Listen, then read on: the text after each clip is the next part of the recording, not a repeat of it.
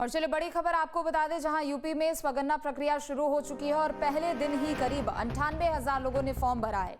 Registration के मामले में सोनभद्र अव्वल रहा। सोनभद्र में 17,961 रजिस्ट्रेशन हुए हैं। तो यूपी में स्वगन्ना की जो प्रक्रिया है वो शुरू हो गई और पहले ही दिन की अगर बात करें तो 98,000 लोगों ने फॉर्म भरा है और सोनभद्र जिला रजिस्ट्रेशन के मामले में अव्वल रहा है। सोनभद्र की बात करें तो 17,961 लोगों ने रजिस्ट्रेशन किया है।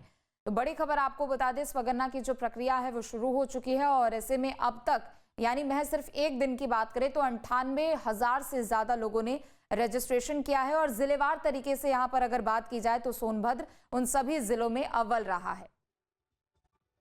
तो जनगणना 2027 के तहत गुरुवार से स्वगन्ना की प्रक्रिया शुरू हो गई। स्वगन्ना प्रक्रिया के पहले ही दिन प्रदेश में 98,832 लोगों ने स्वगन्ना फॉर्म भरा। इसमें सबसे ज्यादा फॉर्म सोनभद्र में भरे गए हैं। औरैया दूसरे स्थान पर रहा, जबकि राजधानी लखनऊ के लोग तीसरे स्थान पर रहे। लखनऊ में पहले दिन कुल 3,865 लोगों ने स्वगन्ना की प्रक्रिया शुरू की, जिनमें से 3,296 ने ऑनलाइन फॉर्म भी पूरा कर लिया। तो वहीं जिले का पूर्णता प्रतिशत जो है वो 85.28% रहा।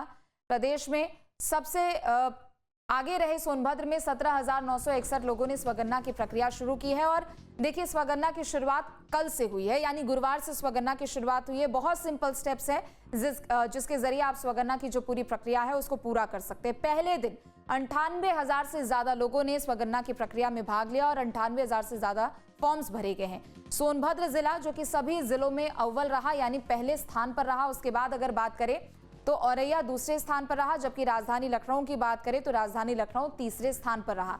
तो स्वगन्ना की जो पूरी प्रक्रिया है वो शुरू हो चुकी है। ऑनलाइन फॉर्म यहां पर भरे गए हैं। सोनभद्र सबसे पहले स्थान पर रहा है, दूसरे स्थान पर औरैया, जबकि तीसरे स्थान पर राजधानी लखनऊ के लोग रहे।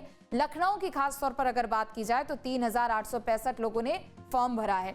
आलोक हमारे साथ जुड़ चुके हैं ज्यादा जानकारी अपडेट के लिए। आलोक, देखिए कल से स्वगन्ना की प्रक्रिया शुरू हुई थी। कुछ सिंपल स्टेप्स है जिसके जरिए स्वगन्ना की पूरी प्रक्रिया को पूरी की जा सकती है, लेकिन सबसे पहले स्थान पर सोनभद्र, फिर औरैया और उसके बाद राजधानी।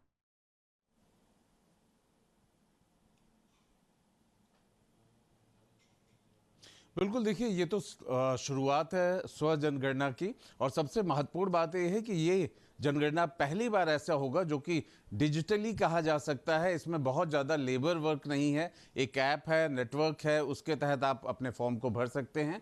उसके बाद जो सेकंड प्रोसेस है उसमें आपके आंकड़ों को चेक भी किया जाएगा और बहुत सारे ऑप्शन हैं। कहीं कोई किसी की शिकायत हो सके ऐसी गुंजाइश नहीं है, बल्कि इसे आप खुद कर सकते हैं। और इसी क्रम में अगर हम देखें तो लखनऊ तीसरे नंबर पे आप जरूर बता रहे हैं, लेकिन अभी तो शुरुआत है, कल से शुरुआत हुई है और धीरे धीरे करके ये जरूर और पूरे उत्तर प्रदेश की बात की जाए तो कहीं ना कहीं आगे बढ़ेगा। और सबसे पहली बात है कि आप हम मंत्री नरेंद्र कश्यप जी के साथ बैठे हैं और इनके पास इनके बंगले में इसलिए आए ही हैं कि आज आप सर खुद स्व जनगणना के प्रोसेस में जा रहे हैं, आप दिखाएंगे। निश्चित, स्व जनगणना एक ऐसी सुविधा सरकार के माध्यम से प्रोवाइड की गई है कि कोई भी व्यक्ति अपने घर पर बैठकर स्व जनगणना करा सकता है।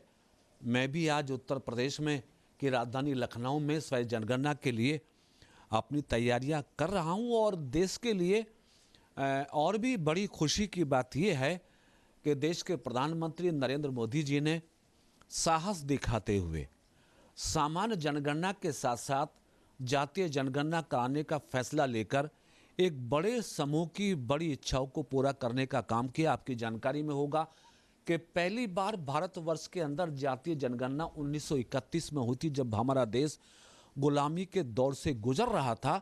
94 साल के बाद सामान्य जनगणना के साथ साथ जातीय जनगणना कराने का कार्य यदि पूर्ण होने की दिशा में आगे बढ़ा है तो नरेंद्र मोदी जी के नेतृत्व वाली सरकार में बढ़ा है। मैं प्रधानमंत्री नरेंद्र मोदी जी का आभार जताता हूं। और चूंकि अभी जनगणना का जो पहला दौर है वो मकान और भवन जनगणना से प्रारंभ हो रहा है, आते आते इसमें सामान्य जनगणना के माध्यम से देश के सामने देश की जनसंख्या का सही स्वरूप स्पष्ट होगा, ताकि देश की सरकारों को, प्रदेश की सरकारों को नीतियां बनाने में सुविधा होगी और देश के लिए काम करने के लिए, देश के विकास के लिए काम करने के लिए बहुत सारी आसानी मिल जाएंगी। आज जब आप खुद इस चीज को करेंगे 11 बजे, कहीं ना कहीं एक प्रदेश के लिए भी मोटिवेशन होगा कि वो खुद ऐप के माध्यम से इन सब चीजों को करे, जिससे वो खुद अपने आप का आकलन कर सकते हैं और कहीं ना कहीं जो जनगणना में लगी भीड़ रहती है या कर्मचारियों के, उन्हें भी सुविधाजनक होगा। निश्चित सरकार का प्रयास सार्थक और सकारात्मक है। आज हम भी उस प्रक्रिया से गुजरेंगे और हम उत्तर प्रदेश के सभी आम जनमानस से इस बात का आग्रह भी करेंगे कि स्वयं जनगणना के माध्यम से हम शासन प्रशासन की मैन पावर के समय को घटा सकते हैं।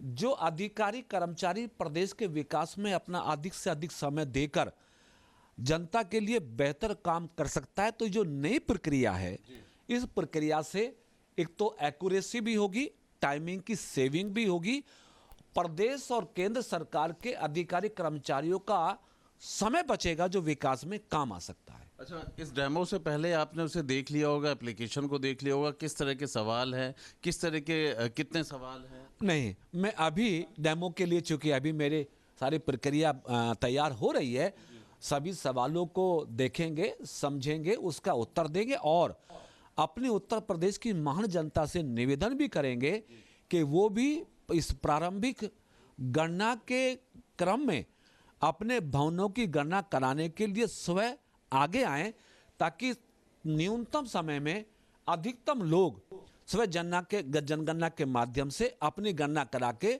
देश के इस बड़े काम में अपनी सहभागिता निभा सकें। बहुत बहुत धन्यवाद। हमारे साथ उत्तर प्रदेश सरकार के मंत्री नरेंद्र कश्यप, जो कि कहीं ना कहीं 11 बजे जब ये खुद उस डेमो से जाएंगे, उस प्रोसेस से गुजरेंगे, तो एक प्रदेश के लिए एक प्रेरणा होती है कि वो खुद कैसे आसानी से कर सकते हैं। और जब मंत्री का पद और गंभीरता दिखाई पड़ती है तो जनता भी कहीं ना कहीं उत्साहित होती है। और सबसे महत्वपूर्ण बात है कि डिजिटल जनगणना में जो लोग लगे हुए हैं उनका समय बचेगा, तो जनगणना के साथ साथ समय की भी किफ़ायत होगी और ये प्रोसेस अपने आप में आसान हो जाएगा।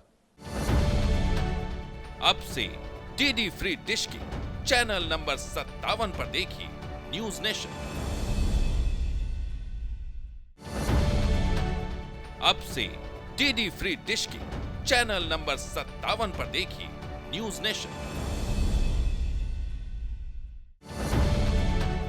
अब से डीडी फ्री डिश की चैनल नंबर 57 पर देखिए न्यूज नेशन।